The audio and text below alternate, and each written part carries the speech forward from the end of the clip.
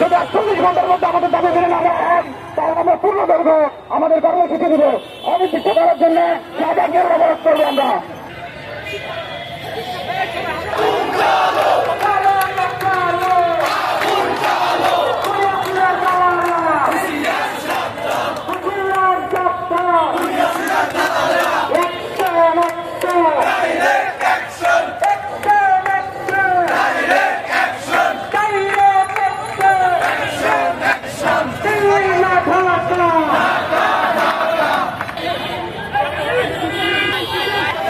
সংগ্রামী বন্ধুরা, আপনারা একটু অনুগ্রহ করে কথাগুলো শুনবেন।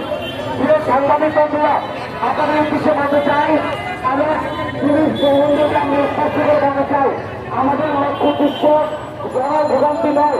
আমরা চাই না গাড়ি ঘোড়া আটকে রেখে এটা কোনো মানুষকে কষ্ট দিতে, কিন্তু আমরা চাই এটি জনতা রিক্সা শ্রমিক তারা এদেশের জন্য শৃঙ্খলা ফিরিয়ে আনার জন্য বুকের তাজা রক্ত ফেলে দিয়েছে। সেই জায়গা থেকে সেই রক্তের সুবিধান দিতে আমার শহীদ ভাইদের সাথে আমরা অঙ্গীকারবদ্ধ হয়েছি। এই রাষ্ট্রদূত যতক্ষণ পর্যন্ত আমরা শৃঙ্খলা না আনতে পারবো, আমাদের সংস্কার আমরা না করতে পারবো, ততদিন পর্যন্ত আমরা ঘরে ফিরবো না।